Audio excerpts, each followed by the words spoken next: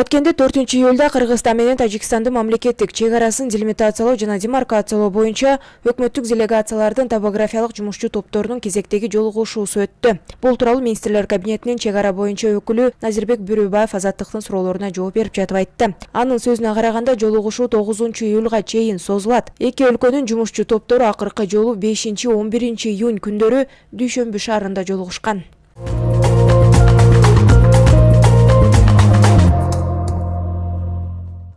Ош шаарындагы Сулаймантоо улуттук тарыхый археологиялык музей комплексинин башка музейи убактылуу жабылды. Аталган музейден билдиришкендей, тазалоо жана оңдоо түзүү иштерине байланыштуу музей шаар тургундары жана коноктору үчүн 5-июлдан 28 августка чейин жабык болот. Ал эми Үңкүр музейи көрөрмандар үчүн саат 9:00дон 20:00го чейин, туристтик жолдор саат 8:00дон 21:00го чейин иштейт.